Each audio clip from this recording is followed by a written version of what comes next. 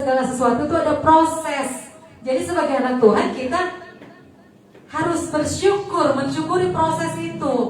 Karena janji Tuhan ketika kita melewati proses itu, tentunya seperti lagu tadi, bersamamu Bapa, kita lewati bersama Tuhan proses itu, kita akan dapatkan yang luar biasa.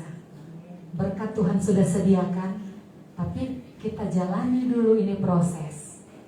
Jalani tanpa ada yang namanya protes. Bersyukur aja seperti Ayub. Ya. Jadi itu sikap Ayub yang pertama. Dia percaya bahwa proses hidupnya itu adalah dalam kendali Tuhan.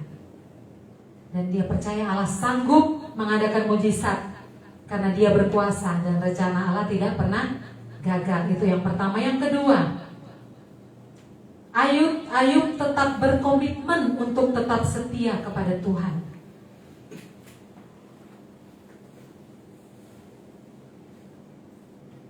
Kita buka di dalam Ayub 23 tadi ayatnya yang ke-11.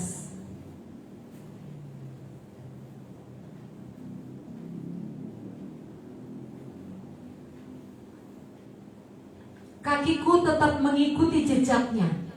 Aku menuruti jalannya dan tidak menyimpang.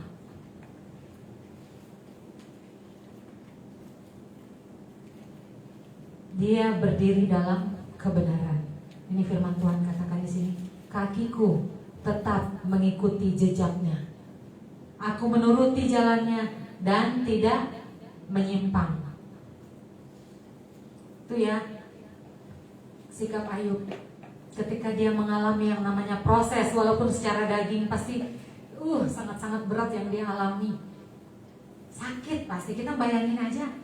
Waduh, kehilangan semua harta benda, kehilangan anak-anaknya. Saya kehilangan papi saya aja udah rasanya waduh. Saya pribadi ya, kehilangan satu orang aja rasanya pagem aja. Gimana ya, kami sudah gak ada. Dari sisi pagem, papa mama gak ada. Dari sisi saya, papi gak ada. Tapi saya pribadi sebagai anak kandung, saya kehilangan papi aja rasanya udah nyesek banget. Bu Arum juga pernah ngalamin. Nyesek banget ya Bu. Saya rasa semua juga yang lain pernah ngalamin kehilangan satu aja anggota keluarga. Lah ini Ayub, anak-anaknya semuanya diambil. Gimana rasanya? Gak cuma anak, harta benda semuanya hilang. Gak hanya itu, badannya pun kena bara. Kalau secara manusia, Ayub bisa gak protes sama Tuhan? Bisa gak Bapak Ibu? Bisa apa enggak? Bisa dong. Karena jelas Tuhan bilang dia itu sangat saleh, jujur, apalagi takut akan Tuhan dan menjauhi kejahatan. Itu firman Tuhan tulis. Bisa dia protes, tapi dia gak protes sama Tuhan. Dia jalani, dia lewati itu proses demi proses. Bahkan dia tetap mengikuti jejak Tuhan. Dia tetap menuruti jalannya Tuhan dan tidak menyimpang.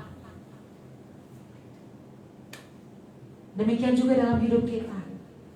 Ketika kita ada dalam masa-masa proses, mari kita mau belajar seperti Ayub.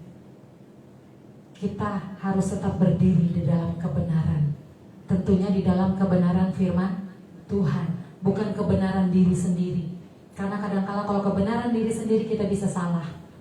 Tetapi kalau kita berjalan dalam kebenaran firman Tuhan, kita gak akan pernah tersesat. Karena dalam Amsal 4 ayat 27 firman Tuhan berkata, janganlah menyimpang ke kanan atau ke kiri. Jauhkanlah kakimu dari kejahatan. Itu firman Tuhan katakan. Jadi kita mau meresponi proses yang Tuhan izinkan terjadi dalam hidup kita seperti Ayub. Kita mau tetap berkomitmen